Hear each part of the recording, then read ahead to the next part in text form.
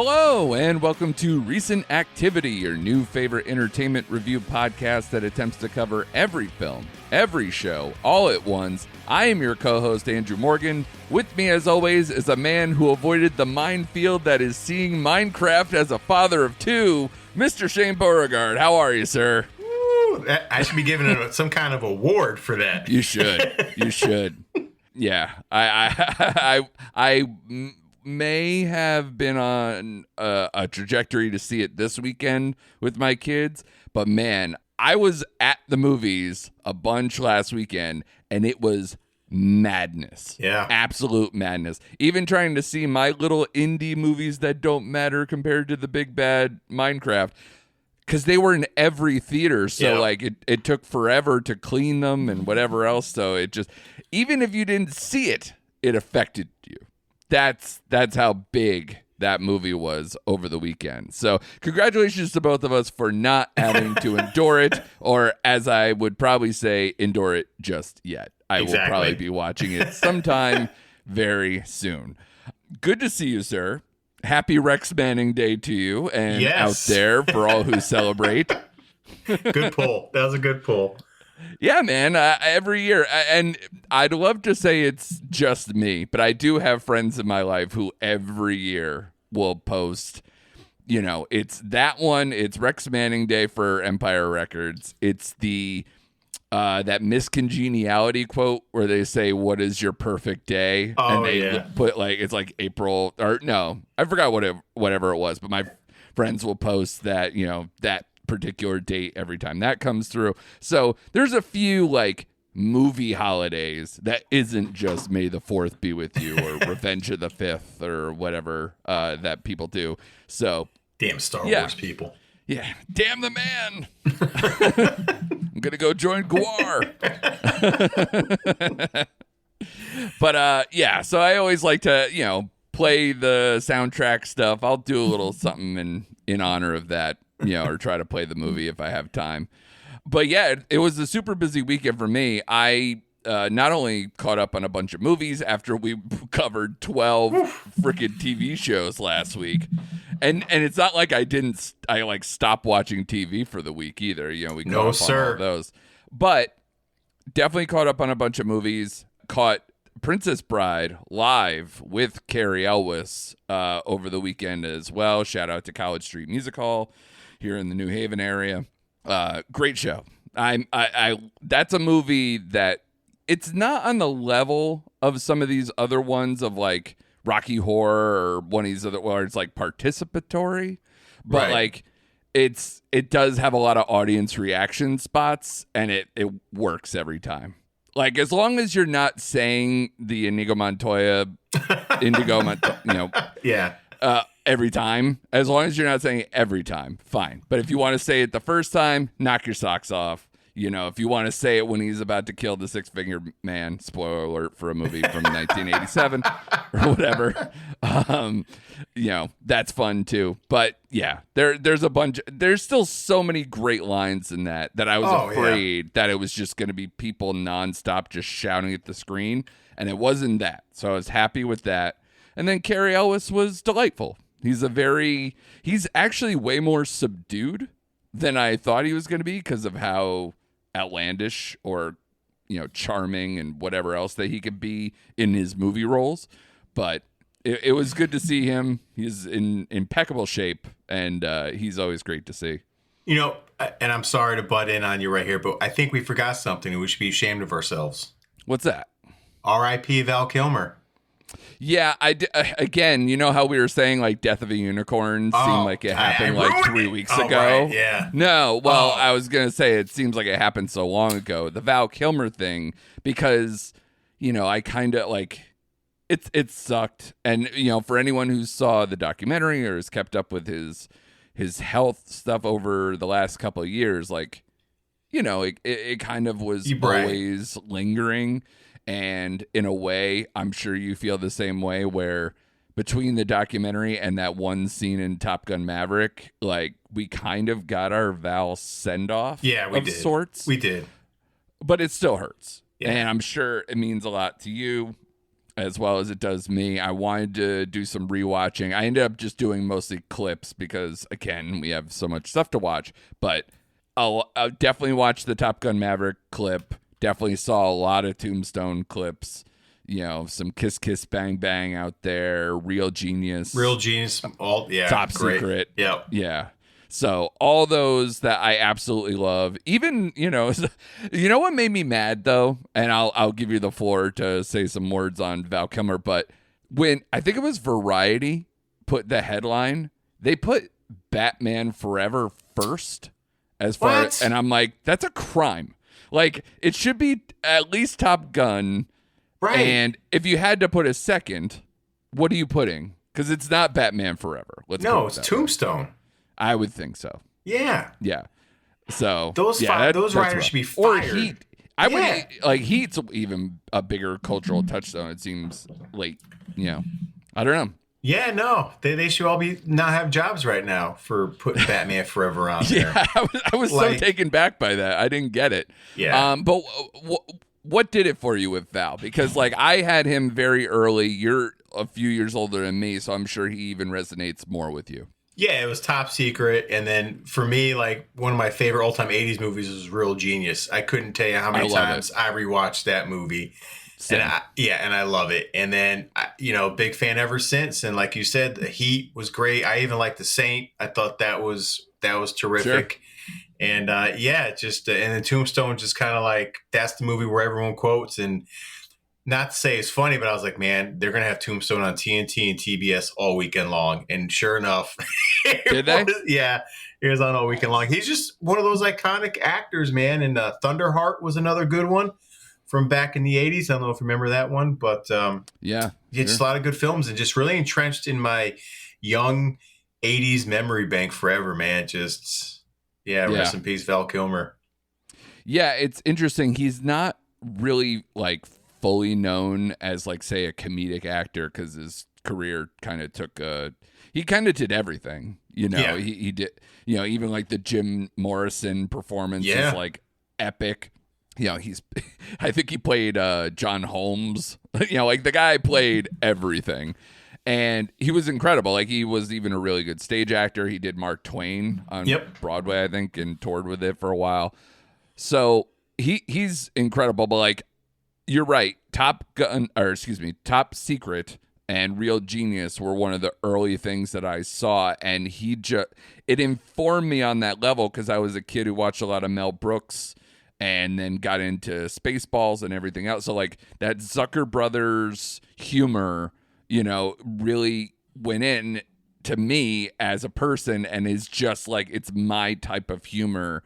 And he was front and center for it. And then, of course, Real Genius is that, like, perfect, quirky, but excellent mid-'80s comedy that they just don't make anymore. And I miss it. I miss him. It sucks so much about his failing health. And I'm sure, especially now that, like, I think it's a prequel, but, like, Heat 2 coming around the edge. Yeah. I would have loved to see him kind of just at least out there promoting or being on stuff because we need more people like him in the world. Yes, I agree. So I still plan to do some rewatching. I haven't watched Tombstone since I was a child, so I really, it's crazy, right? So, but because to me, whenever I go back for him, it's, and obviously I haven't had cable in a while either. So like I have to seek those things out, but I know for a fact that Tombstone, I believe, is on Netflix right now. Yes, and so is Heat right now. I saw that earlier. So I know a lot of the streamers have a lot of his stuff. So seek it out if you're not familiar with a lot of the titles that we said, or if you want to go back. I know I actually caught someone posted literally like the whole streaming list of like where to find his whole library at one point. So Twitter does nice things every now and then. It's not just political division and craziness there. So that was good. So R.I.P. Val Kilmer, miss you, buddy. That is an incredible one, and even the documentary. It's sad, but it's sad, but it's a good watch. Yep, it's a great watch, and you can get his personality on and off. He was, I don't know, underrated guy. Yes, but let's move on to at least news stuff. Like we're gonna talk almost like present and future. We're going to revisit our most anticipated movies of 2025 list that we had, which is starting to take a little shape and also starting to take on some damage. So I wanted to kind of like go through a little bit. When I sent it to you, because it's been a couple months, did you remember your picks? And did you also kind of like, oh God, I picked this that high? Oh darn it. Yeah, I did remember the base. I do remember most of my picks. I didn't remember what particular order I had my top, like my bottom 5 in. You know, Right. So I thought going in, I had this at my 7, and no, I was like, I got this higher. Oh shit! Yeah. And because we did the point system, we combined, Yes. and so some of them It's still my fault. lingered pretty Say high. it. It's my fault. It's You all can throw your me under fault. the bus, It's all your yeah. fault. I'm glad you're here for it. But let's get to maybe some positives or stuff higher on the list. CinemaCon happened in Las Vegas, and so a lot of things have been slowly trickling out, whether it's just reactions or whether it's actual footage that is starting to come out. Which, by the way, AMC theaters, I think, maybe more, they're actually having, basically they collected all of like the CinemaCon stuff and it's just going to show it on the big screen. Like Oh, that's cool. just pay a few bucks or whatever it is. I think it might be like a $5 thing on a Tuesday, maybe coming up in a couple weeks. Oh, that's cool. They're just going to put it all out there. So if you're interested in that, go check your AMC stubs or whatever, or your local AMC theater and check that out. Which, by the way, I'm a new A-lister. Oh, So, very nice. Yeah, so I switched to, I still have my Cinemark thing, but it's kind of hilarious that I didn't switch over to something that would give me more movies. Like, I'm an idiot. I'm just lazy. It's really what it is. I have a Cinemark 5 minutes. It takes some for me. effort, right? Yeah. It does. Yeah. If you have to travel a little bit more, that's when it gets a little silly, but well worth it. So the CinemaCon stuff comes out. How much were you able to kind of check out? Have you been kind of checking in with a lot of this stuff? Because I'll lead with what was, I believe, well, let's start with our number 1. Okay. To see if we're still feeling good. We'll do a temperature check on our list. How about that? You That good? sounds good. Yep. All right. Mission Impossible Final Reckoning was our number 1 overall. And it came out with a new trailer, very similar to the old one, except it had some added footage. Did you check out this latest trailer? I did. And so obviously it's the same tone. Yep. But when you got a glimpse of like, oh crap, he has an aircraft carrier, did your pants just fly off your body? That is the PG version of that, yes. And it did not change my opinion at all about where I have this movie placed. Yeah, agreed. Especially now seeing like the plane footage, those kind of like old school, what do you call them? Biplanes?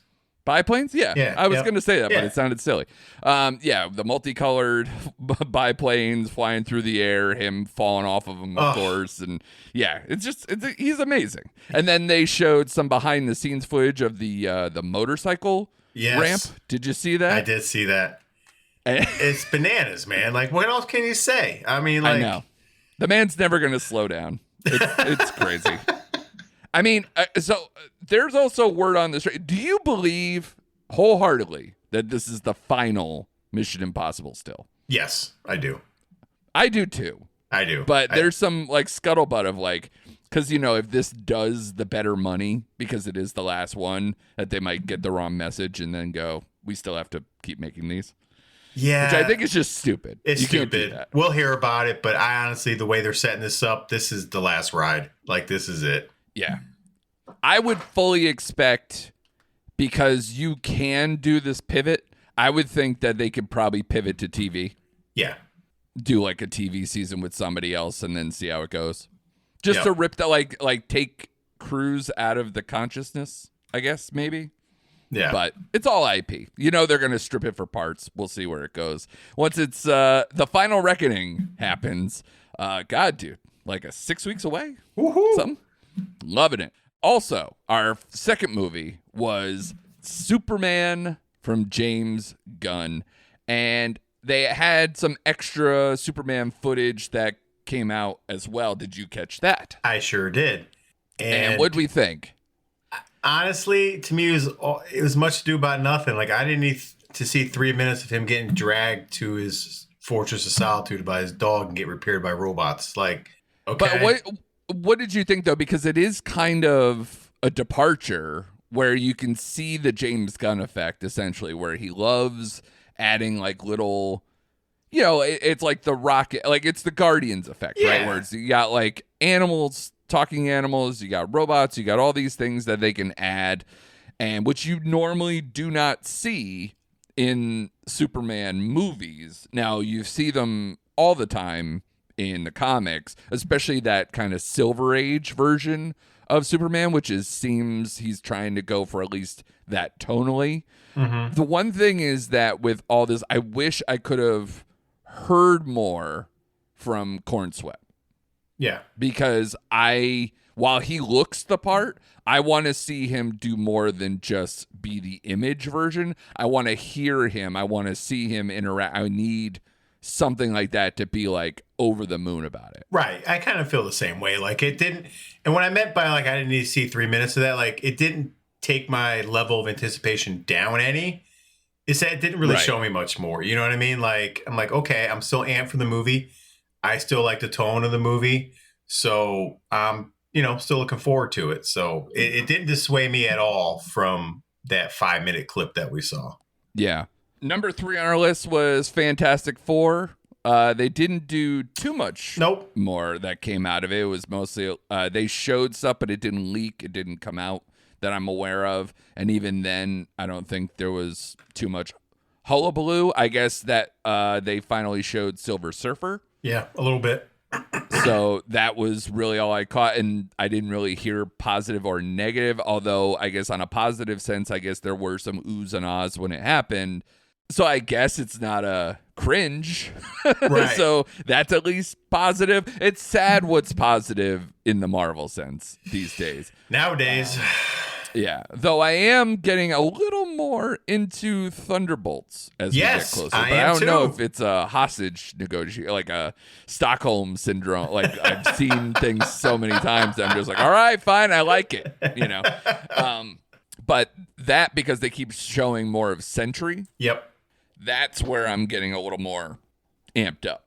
Because it looks like it could be kind of hardcore a little bit. Like, it looks like he's pretty almost like demonic Superman. Yeah, it's setting up that way. So, again, I'm getting a little excited, and that might be our downfall. That might be what trips us up. Absolutely. I look forward to being absolutely wrong again on Marvel. Congratulations. 28 years later, I didn't hear anything come out on that, but we're still high on that. Very high. Yep. Would you still put top 4? You're keeping the same order if you had to redo it all? Yep. Okay. 5, Sinners, which comes out next week? 2 weeks? Next week. No, is it next? The 18th. Not this, right? Not this weekend, but the following week. Yeah, correct.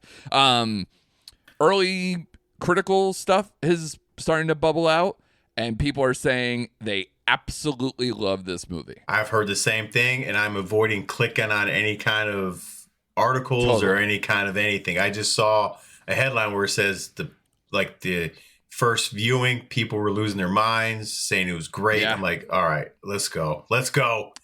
In Coogler we trust, man. Yes, absolutely. That was kind of the beating heart of this whole thing, because the trailer looks good.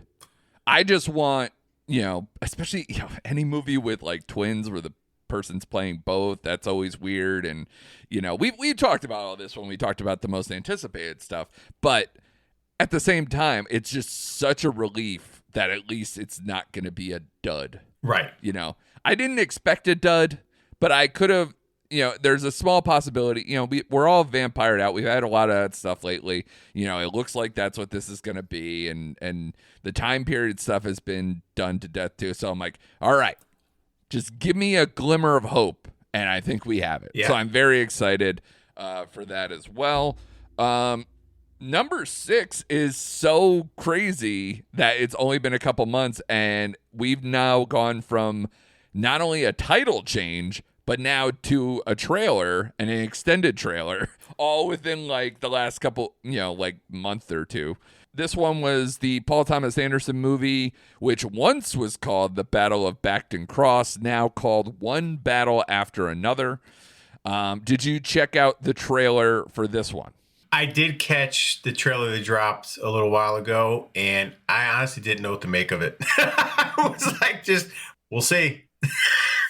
I mean, Paul Thomas Anderson is someone who, the reason why I like him so much is because he kind of he plays the different genres, he plays in different tones. He's a person who shoots his own, like he's like a different bend of the Soderbergh story in that sense, but he's got a lot of Scorsese in him. But one thing that Scorsese doesn't do, which this movie kind of tips more towards Inherent Vice, it looks like. Yes, that's what I was thinking of. And has Leonardo DiCaprio kind of doing like a sort of Lebowski, but not as dim. Right. But it seems like it's going to be almost like a political war farce. Yes. Like a comedy. Much like most of his films, I saw the trailer. I'm like, again, didn't know really what to make of it, except for like I knew that's you could tell it's his film. And it's either one of those films I'm gonna really enjoy, or right. I'm just gonna like dislike, and there's gonna be no in between. Like, 'cause that's kind of how I am with his movies in general. It's like I enjoy some of them, some I'm like, not for me. So I'm looking forward to it. But I think it's gonna be a weird experience for me.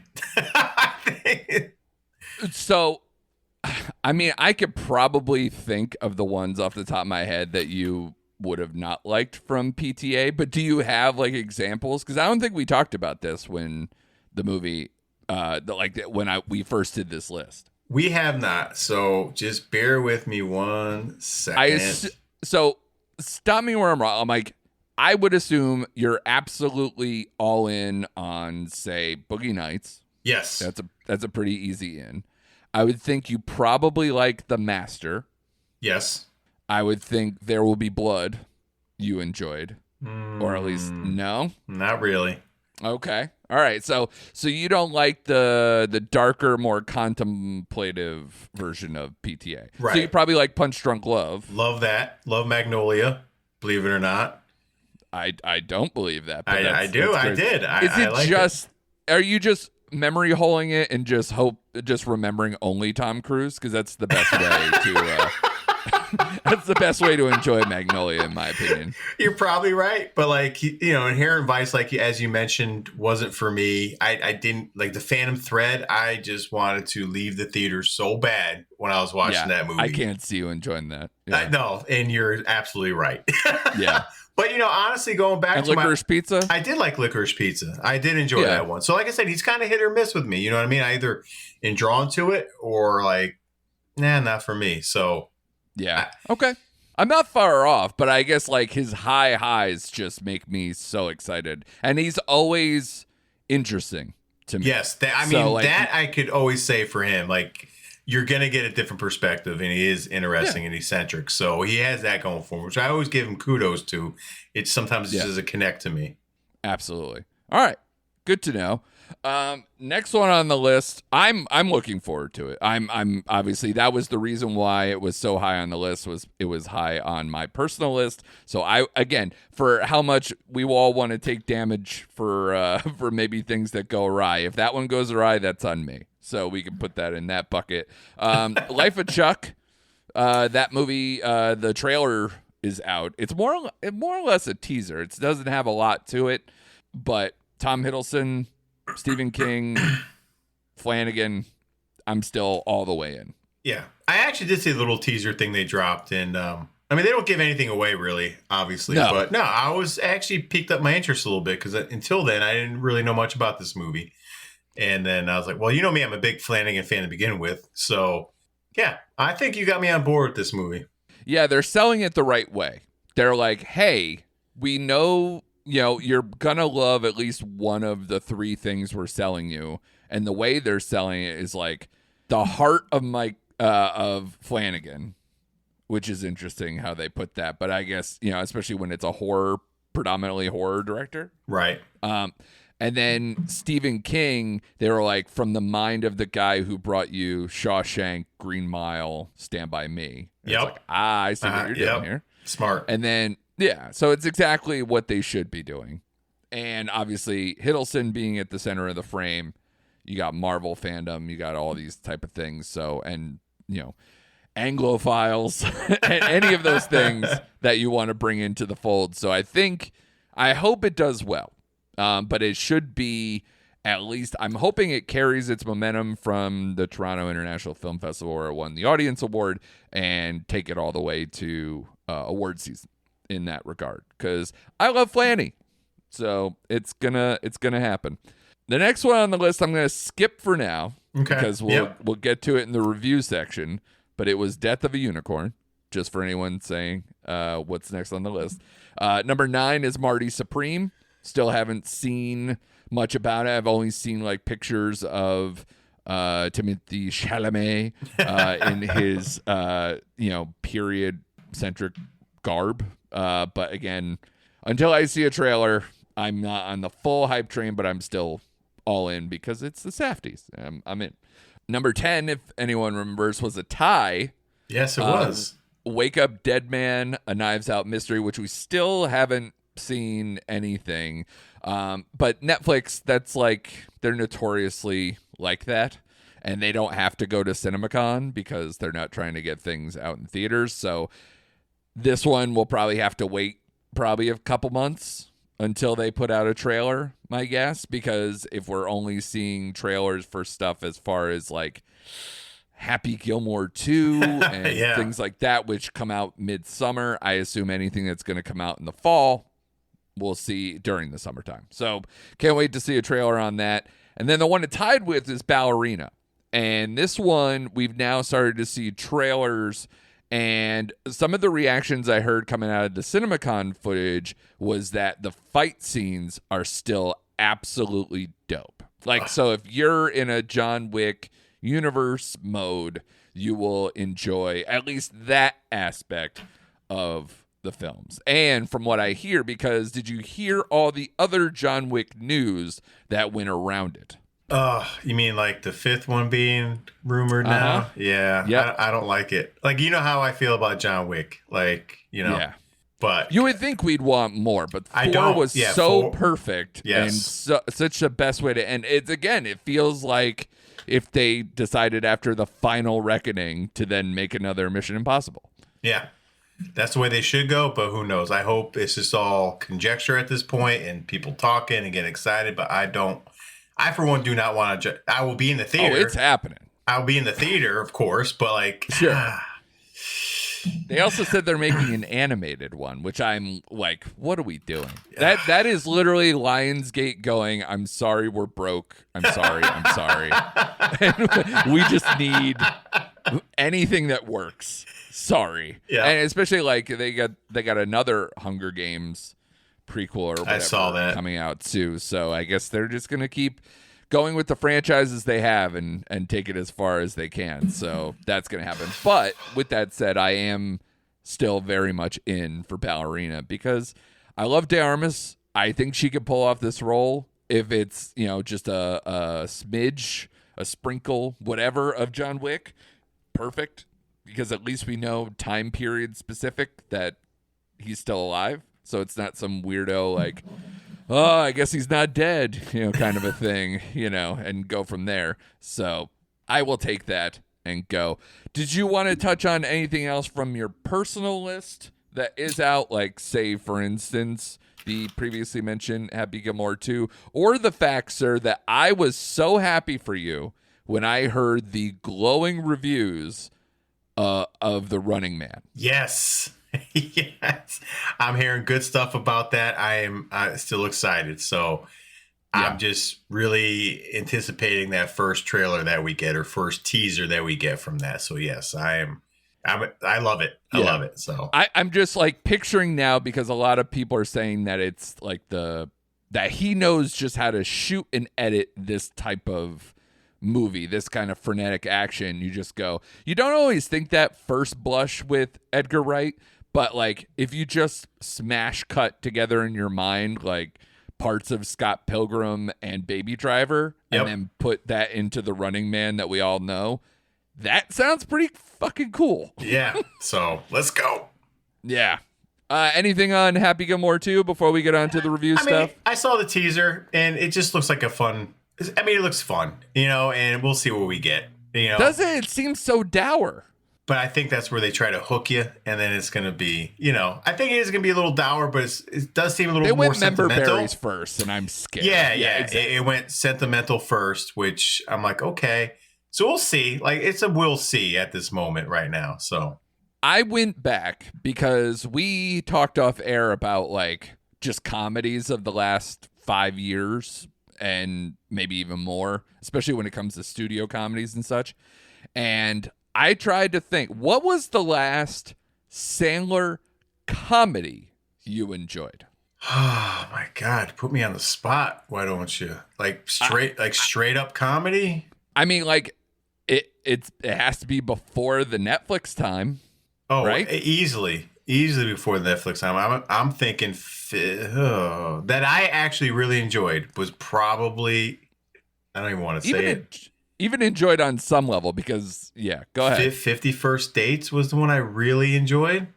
Sure. That's a rewatchable movie. That's a good one. Yeah. Wedding Singer, but that's old. That's 90s. So yeah, we're talking 25 years, or 27 maybe more. God, don't kill me, Sandler fans, but like truly, and the rest have been mediocre. Like the ones with Jennifer Aniston, I'm like, okay.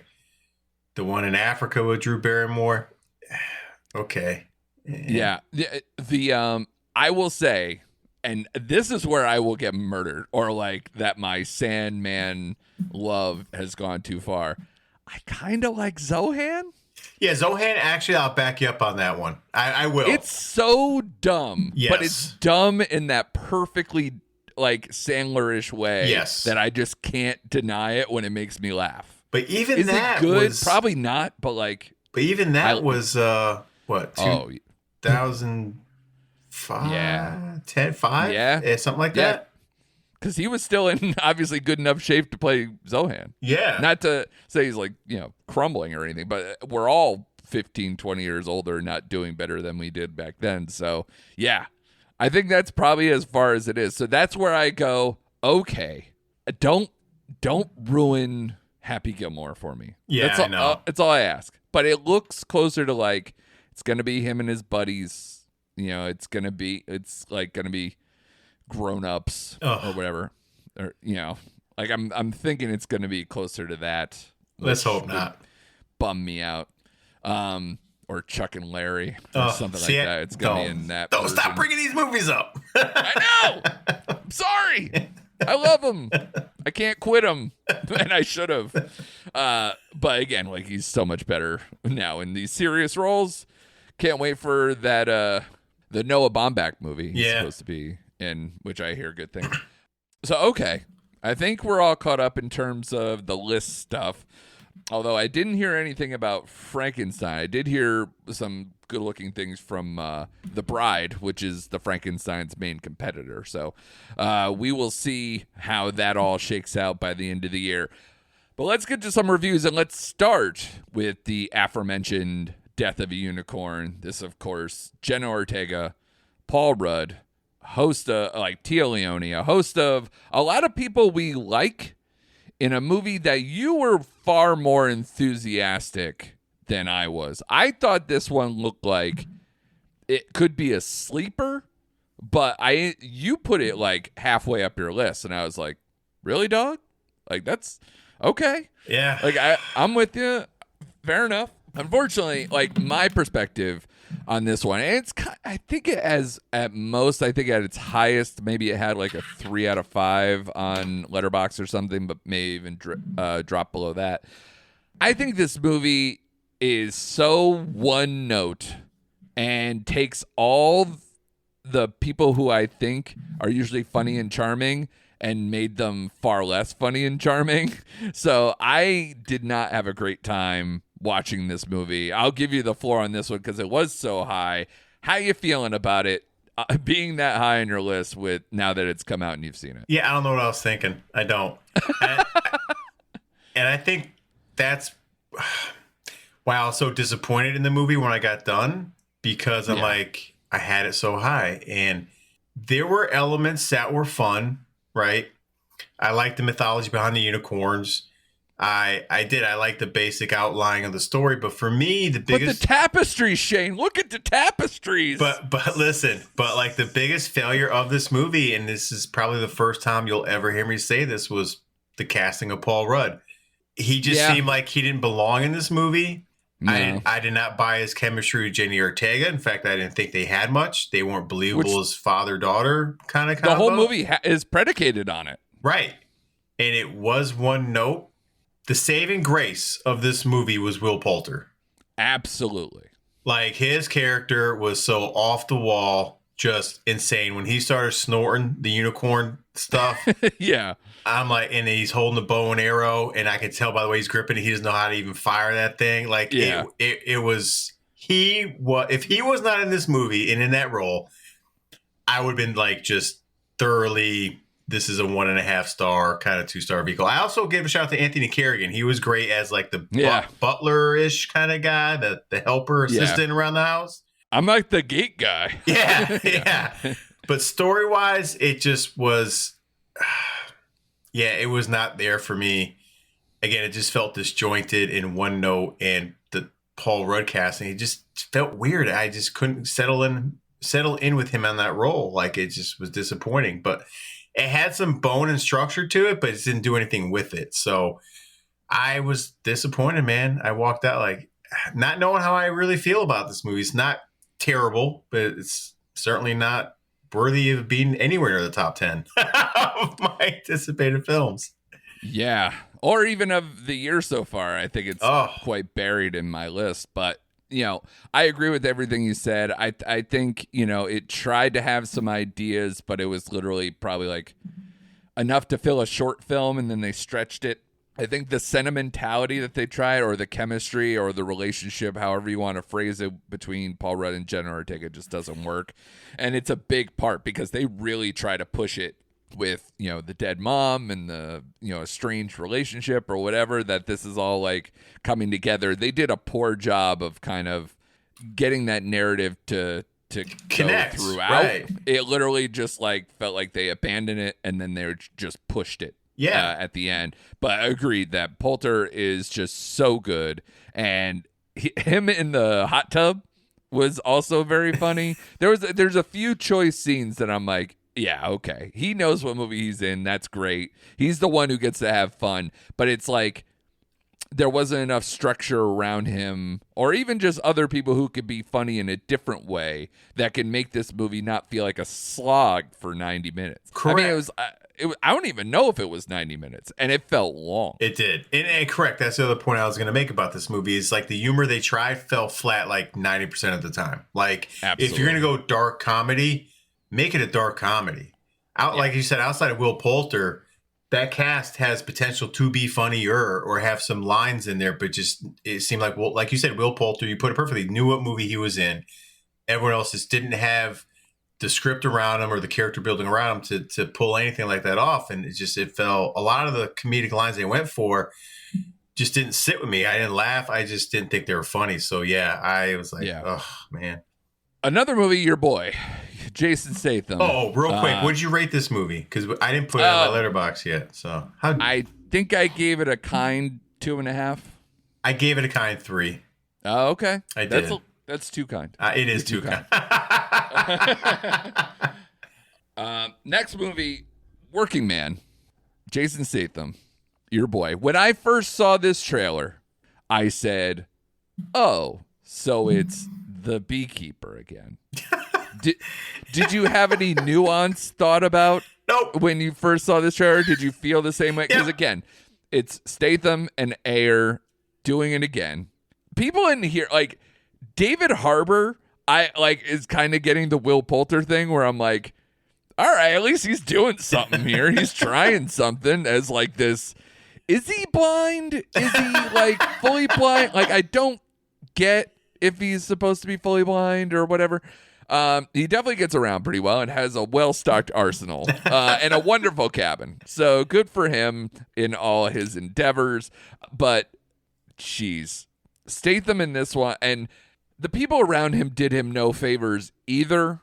I'm especially pointing at Michael Pena. Yeah. Who was just terrible as just being like the crying, sentimental dad. No. Yeah. That's not what Michael Pena is. And he did not do it well. This movie, again, another one that's like, God, almost 2 hours? For what? Like, the action stuff, at times, I was like, okay, cool. This is Statham. Let's blow up a house. Let's set things on fire. Let's kick guys in the teeth. Cool. Let's do all those things. You know, go after bikers.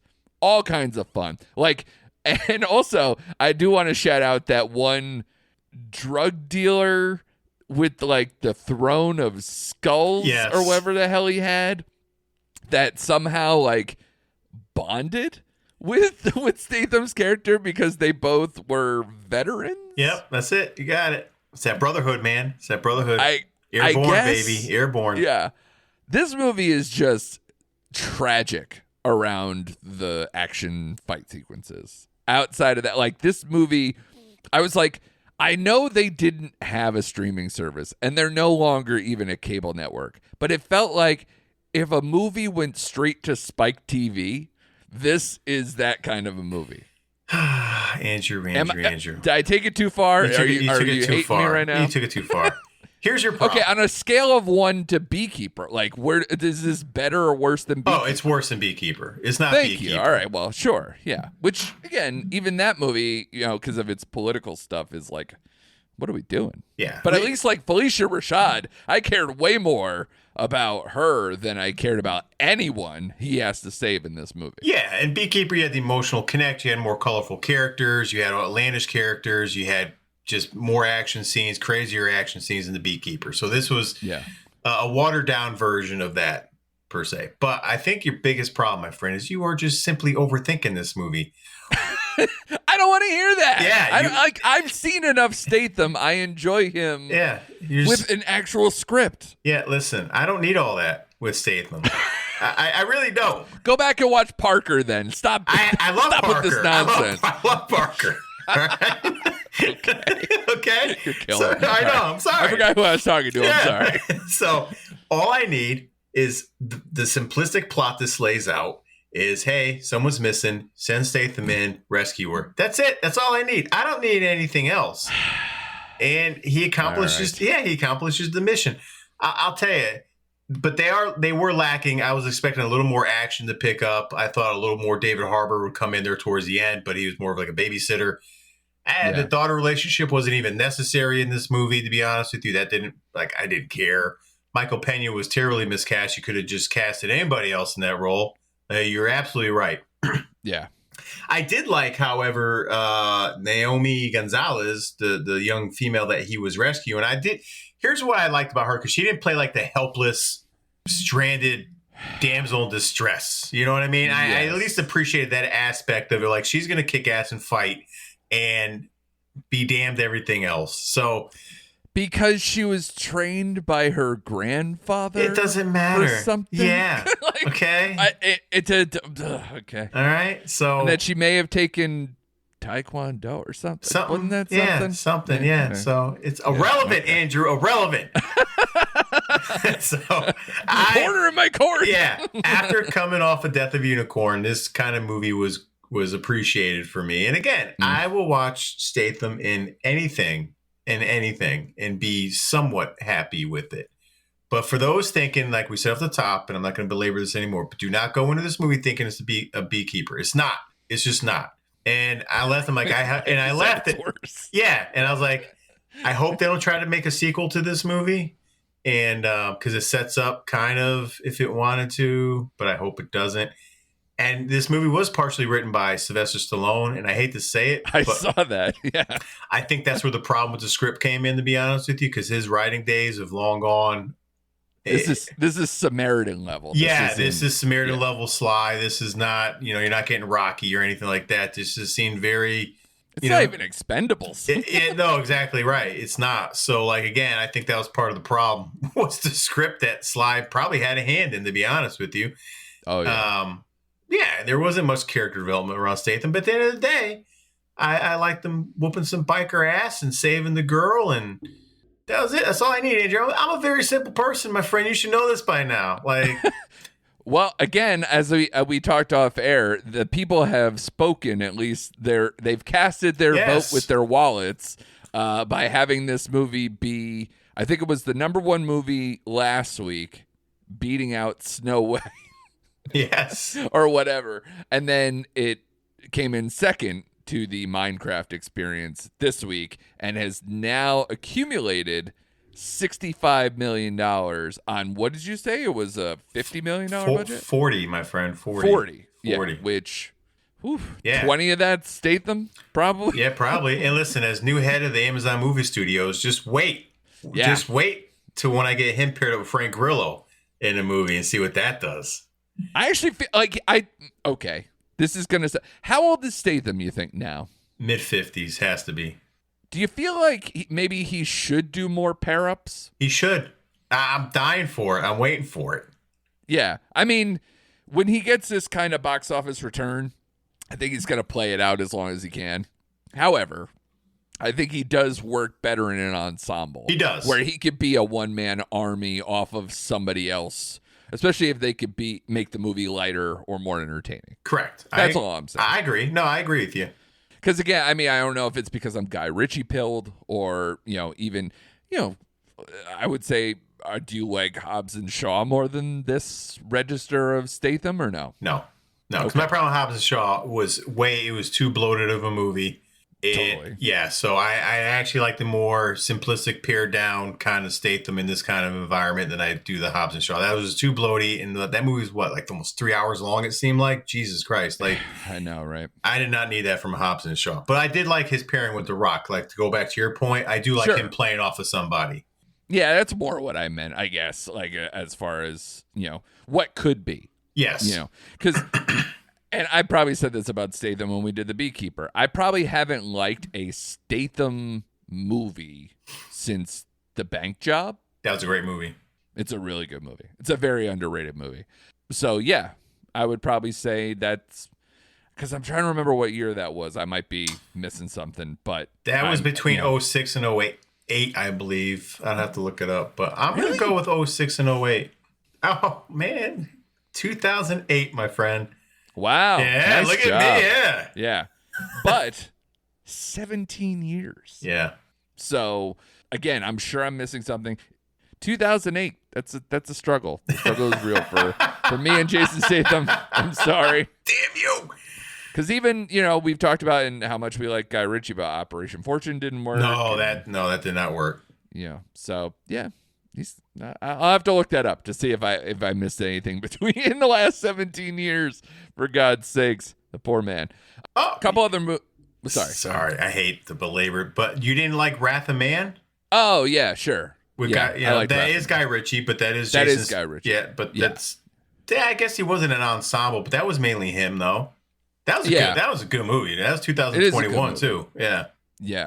Yeah. That's probably what I was getting confused timeline wise with The Bank Job. Yep, but gotcha. Again, that goes right back into that register though that I like for him. Yep. So okay, moving on. Sorry.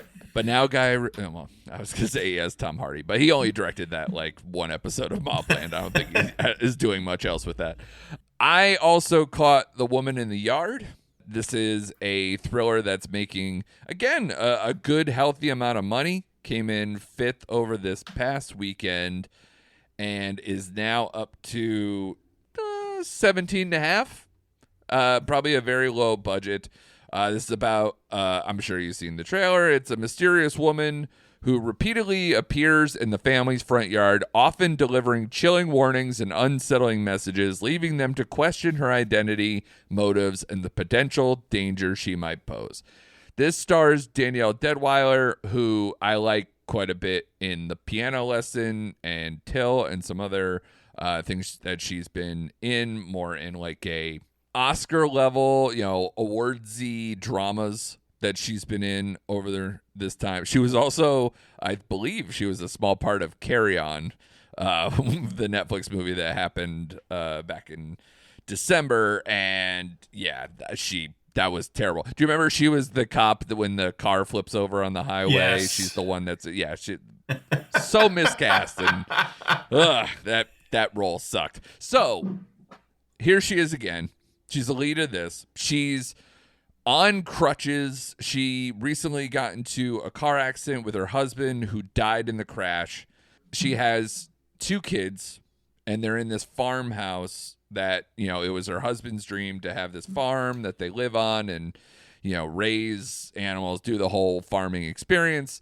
So this woman appears in their yard, and she's in all black. She's in like basically almost funeral garb. Her face is covered, everything else. She's got blood in her hands. She's talking in this very cryptic way. And this movie tries to be way more clever than it actually executes. And if you told me that this movie was originally just a family drama and then they made it into a thriller, like a supernatural thriller-ish type thing, I would be like, I absolutely buy that, because this movie is probably 85% family drama, and just uncovering the lies that people could tell with accents and whatever. Here's the thing. I don't like anyone in this movie. I didn't care if anyone survived. I didn't care much about the family drama that was happening. And then when they add the more mystical, supernatural element, it gets almost too confusing and also doesn't satisfy any of the answers that you may have about the situation. And I don't want to obviously put the spoiler of like what this woman is and everything else, but yeah, it's a tough sit, because it's like it's trauma and it's mental health and whatever. And it's like, how many, so I immediately thought of you when I was watching this movie, because you said a similar thing about Imaginary, where it was like, oh, this is really mostly a drama, and put mental health and trauma and stuff around it. And then they just added some supernatural element to try to get horror fans tricked. Yep. That's what I felt this movie was. So if you want to have that same feeling again, Shane, nope, go ahead and dial this one. I think I'll take your advice on this one, buddy. Yeah. So that it didn't really pass the muster on that one. The other movie I caught was Hell of a Summer. This is Finn Wolfhard co-directing and co-starring in this one. It's kind of like a little bit of like, I say this a lot, Shane, and I hate saying it again. But again, when I think it's more or less a directorial debut, I want to say too, it makes sense. It's a movie that has some comedy in it, but it's not funny enough to be a comedy.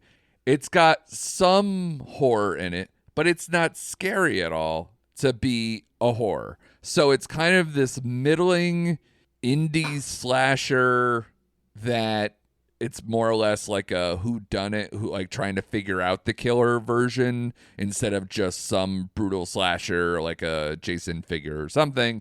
And again, it's that similar trope of like first day of camp, the camp counselors are all in, everybody's there. Oh, everybody has a history with each other, and it's, this person, because of his backstory, we think he's the killer, and then it's this back, and it goes back and forth.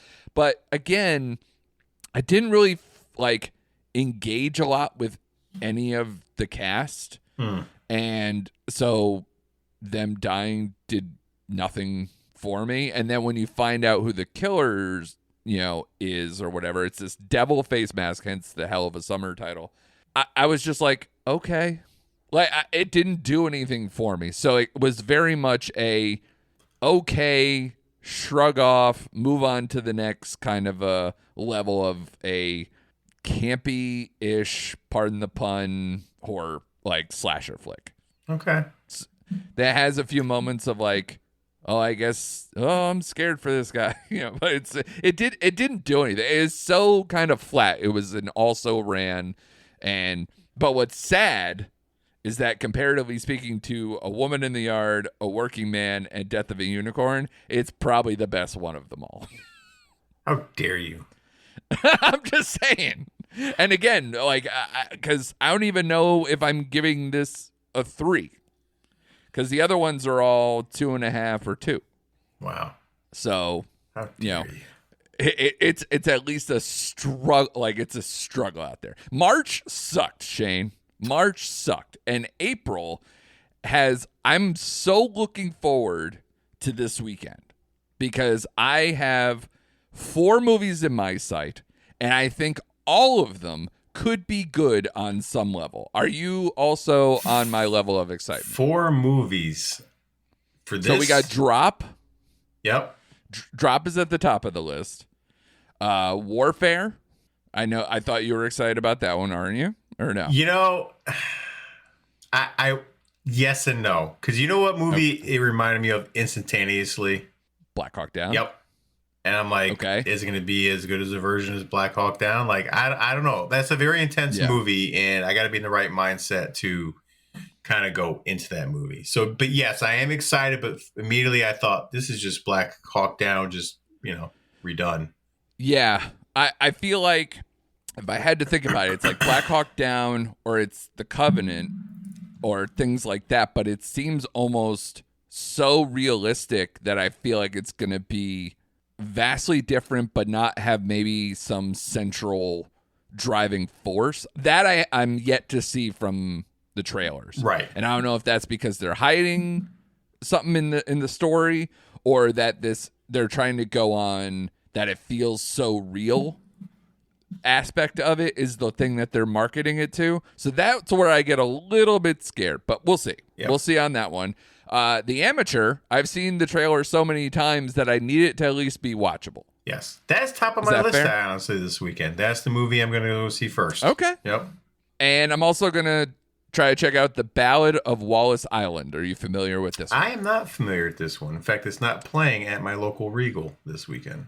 That sucks because it's AMC for me, so it is around here, so you might have to travel outside. But Ballad of Wallace Island was a Sundance movie that was, of course, not available to me at home, but it was playing there this year. It currently has a 3.8 out of 5 on Letterboxd, so again, hype meter is strong. It has Carey Mulligan in a basically this kind of like almost pop folk duo that used to exist. The lead singer, the male singer, is asked to play. I know what you're talking about. Show. Sorry, yes, I know. Yeah, okay. I saw a trailer and I was like, "This looks really freaking good." Like it looked, and I forgot the name of it. Thank you. Sorry. Go ahead. Carry on. Yeah. So basically, for anyone who hasn't seen it, eccentric kind of, I guess, millionaire. Something. He's the only one on this private island who he summons this guy to play music, saying that he's gonna, it's a small crowd, but like he's gonna pay him a lot of money to come and play music, and also focuses on playing a lot of his older music, which this particular artist played with Carey Mulligan because they were a duo at some point, and then come to find out he is not alone. Carey Mulligan was also invited to the island by this guy who was just apparently a huge fan and super lonely, and kind of thought maybe he can get them to reunite. And it's this kind of back and forth dynamic that looked really good in the trailer. And like I said, the early reviews on it are quite positive. So this one is finally, it kind of came out limited last week around me, and now it's full force this weekend. So that is my list of things. Real quick, I just wanted to get out a couple other movies I caught, and I'm wondering if they are either on your radar or maybe you had seen them too. Borderline. You familiar with this one? I am not.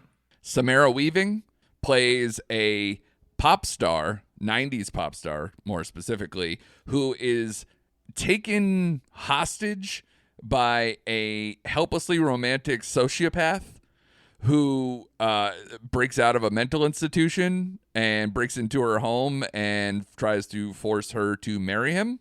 The psychopath is played by Jack Nicholson's son, Ray Nicholson, who you may have seen in Smile 2 or some other. This movie is bonkers, and Jack Nicholson's son, who I haven't seen him do like a meteor role, Ray Nicholson, I think he's just electric. And I can watch him play like almost this, think Nicholson as the Joker kind of vibe. Okay. Like kind of this like hapless psycho living in his own fantasy world, you know, where he just thinks this is all going to end well and his life is going to go. And it's bonkers. It's not great, but just to see those performances and to see Samara Weaving again trying to be a final girl of some other type of thing like this, I was down. It's very silly, but I think it's definitely worth checking out. Okay. So it's more of like a recommendation for you and the people out there. And Novocaine. I don't think I talked about it on the pod here. Enjoyed it quite a bit. It's probably one of the better movies I've seen this year because it's just fun. And I think I'm developing a crush on Amber Midthunder, but we'll set that aside. Okay, we'll table that for but she in this movie is crush worthy. Okay. I guess is the point of that conversation. But while it's, you know, it's pretty much what the trailer is going to deliver you. Okay. It's, you know, it's silly. It's got a fun kind of buddy aspect to it. It's got, you know, a bank robbery gone wrong. It's got a lot of things I like. So it was just an enjoyable little like action comedy movie. Okay, perfect. So that's all I got. My rankings are unmoved, I think, for like say a top 5 of the year, but closest thing probably in all of those movies was Novocaine. So if that's now out on PVOD or any of those, which it might be, I don't know. It is coming. I saw a thing for today that it is coming either this week or next or something like that. Yeah. And yeah, so we got a lot of heavy lifting to do. Anything else, like, I know because we listed a lot, but I think like between Sinners, what's coming this weekend, anything else like for April that I'm missing? For me, and this is just me, so everyone can tune out right now. But I think Havoc. Havoc, but The Accountant 2, I'm looking forward to. Right. You know, throw Birth Now in with the Frank Grillo and Jason Statham crowd. And Until Dawn is April 25th as well, which is the horror. Did you play that? I did. I actually did. And It was a great game. It was a great game. I'm not a gamer anymore. It's something I picked up like 2 years ago because I like the aspect of the story. And it has Hayden I forget her name. Pantera Hayden whatever her name is. What's her name? From Heroes? Yes. Hayden Panettiere? Yeah, she's in it. And Rami Malek, right? I'm saying his name right? Are you saying they're in this movie? They're in the video game. Oh, okay. I didn't know that. Yeah, them. Okay. Yeah, it's like them. Yeah. All right. Interesting. Yeah, so it was a very cool concept. They got a bigger cast for the video game than the movie. It was great. It was a great video game, man. I highly recommend it. Go back and play it. But yeah, so based on that, I'm curious to see what they're going to do with the movie. So that comes out April 25th, along with The Accountant. So it's a busy weekend. Yeah, April's good so far. Could get us out of this rut. Yes, because March was bad, quite poor. Even on my Netflix side, like watching all that, not any happier. But hopefully April we have Havoc on my Netflix side. I'm looking forward to that. Yes, there's the Japanese version kind of Bullet Train, Train Explosion. I'm looking forward to that. There's a Dutch hostage movie that I get to watch very soon. So hopefully, again, at least genre specific, it can make me a little happier. And then we'll get into May, and we'll probably never think of these again because we get our big time stuff. We hit the summertime. We made it through, Shane. So I'm digging it. But good job by you as always. Thanks everyone for listening out there. At Recent Act Pod on the socials. That I am woefully slacking on, so I apologize for any of that. But please be sure to subscribe so you can come back and get our opinions on all these big movies that we've been talking about for the past hour. And please come back and check us out again on Recent Activity.